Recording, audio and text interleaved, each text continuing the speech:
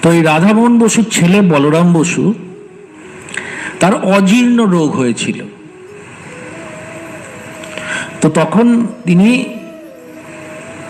ওই পুরীর সমুদ্রের ধারে হাওয়া বদলাতে যান। যখন যান তখন নর্মালি অসুস্থ মানুষ গেছেন, সেখানে সমুদ্রের ধারে রয়েছেন। তারপরে মজার ঘটনা, জগন্নাথের প্রতি তার হলো এক দুর্নিবার আকর্ষণ। ভক্ত মানুষ ছিলেন তিনি, এবং এই ভক্তি এমন জায়গায় পৌঁছল, তিনি আর পুরী থেকে কলকাতায় আসতে চান না। আর আমি কলকাতায় ফিরব না, তিনি আর পুরী থেকে কলকাতায় আসতে চান না। আমি জগন্নাথ ধামেই থাকবো, আর এখান থেকে যাব না। 9 করে 11টা বছর পুরীতে ছিলেন। 11টা বছর তিনি পুরীতে ছিলেন। এদিকে তার পরিবারের সবাই খুব তো উদ্বিগ্ন। কেন উদ্বিগ্ন? না, এরকম একটা মানুষ যদি ওখানে গিয়ে এরকম থেকে যায়, হ্যাঁ, তাহলে কলকাতায় কি হবে? এই যাই হোক, এরকম করে কোনোভাবে কলকাতায় এলেন একবার। এবং যখন তিনি কলকাতায় এলেন, তার পরিবারের লোকজন ঠিক করলো এবার আর যেতে দেয়া যাবে না, এবার আর যেতে দেয়া যাবে না। তখন তিনি ওই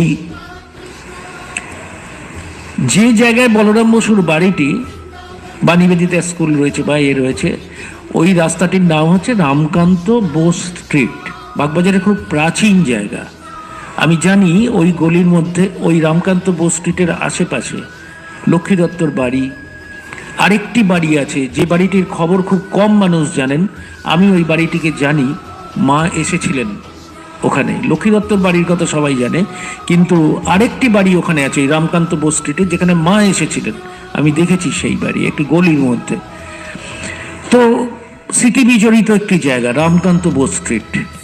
সেখানে 57 নম্বর বাড়িটা তার ভাই কিনলেন, বলরাম বসুর ভাই। কেন কিনলেন? তার দাদাকে পাকাপাকিভাবে এই বাড়িতে রেখে দেব। মানে দাদা এত পরিমাণ ভক্তি এবং এত আধ্যাত্মিক জগতের সঙ্গে সম্পৃক্ত হয়ে যাচ্ছে যে সংসারে তাকে রাখা যাচ্ছে। তখন ওই 57 নম্বর রামকান্ত বসু স্ট্রিটের বাড়িটি কেনা হলো। কিনে দাদাকে সেখানে রাখা হলো।